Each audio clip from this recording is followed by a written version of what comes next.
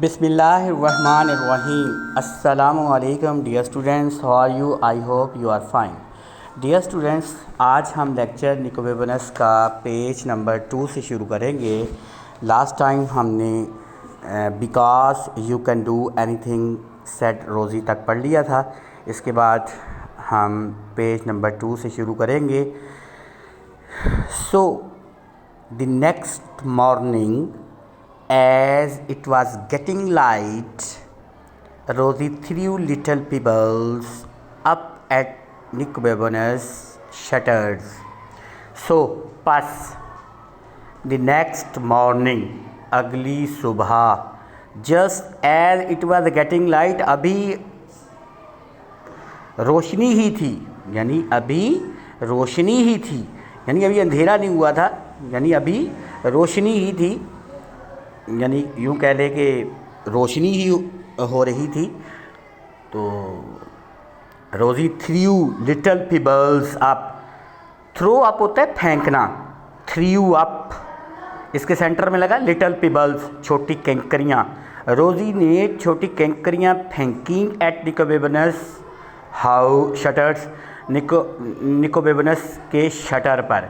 Shutter आप gate को भी कह सकते हैं या यूँ कह लें कि शटर का अगर आप लफ्ज़ी मतलब देखें तो शटर ही कह लें कि निकोबेबनस के शटर पर छोटी कैंकरियाँ रोज़ी ने फेंकी, यानी अभी दिन पूरा नहीं चढ़ा था, अभी रोशनी हो ही रही थी।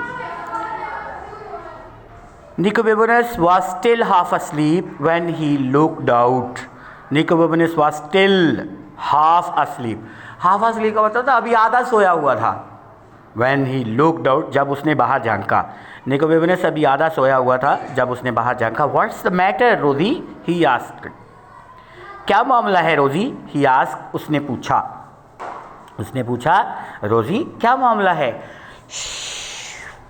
Whispered Rosie. रोज़ी ने सरगोशी की। अब जैसे हम किसी को कहते हैं मेरी बात सुनो, आहिस्ता से उसके सामने speak in a low voice, जब हम बात करते हैं तो करके बात करते हैं, तो ऐसे ही उसने बात की है। आईव, इसको पढ़ेंगे आईव, ये आई हैव नहीं है, ये है तो वैसे आई हैव ही, लेकिन हम पढ़ेंगे I got the buns and the lemonade. Lemonade कहते हैं लीमू का शरबत, और बन्स कहते हैं वो जो बन होते हैं जो हम दही के साथ खाते हैं, कि मैंने 2 बन, यानी मैंने बन और लीमू का शरबत हासिल कर लिया है। What for? Asked Nicobobinus. Nicobobinus ने कहा, पूछा किस लिए? व्हाट फॉर, किस लिए? सप्लाइज फॉर द रोड, यानी कि रास्ते के लिए सामान। सप्लाइज कहते हैं सामान को, फॉर द रोड रास्ते के लिए। विस्पर्ड रोज़ी, रोज़ी ने सरगोशी की। अब ये सारी बातें ना सरगोशी के आलम में हो रही हैं, आहिस्ता आहिस्ता से होती हैं ताकि कोई सुन ना ले। Where are we going? Asked Nicobobinus. Nicobobinus ने पूछा हम कहाँ जा रहे हैं? We are going to find the land of dragons, हम ड्रैगन्स की दुनिया दरियाफ्त करने जा रहे हैं।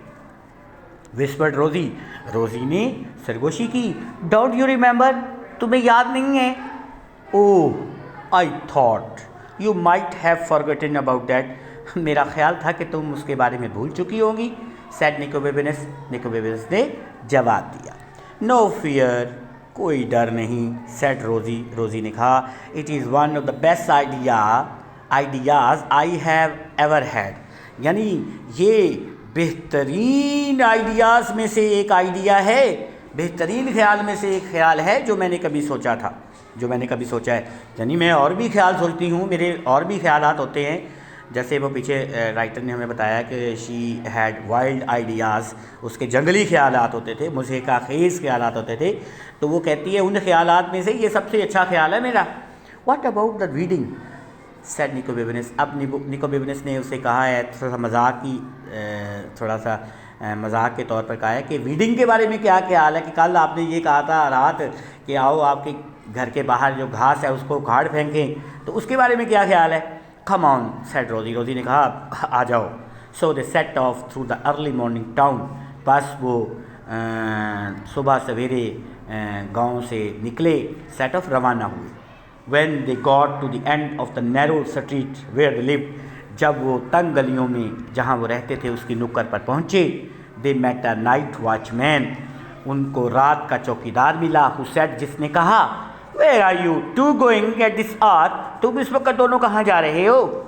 We are going to look for the land of dragons, said Nicobobinus, Nicobobinus ने कहा, हम ड्रैगन्स की दुनिया दरियाफ्त करने जा रहे हैं।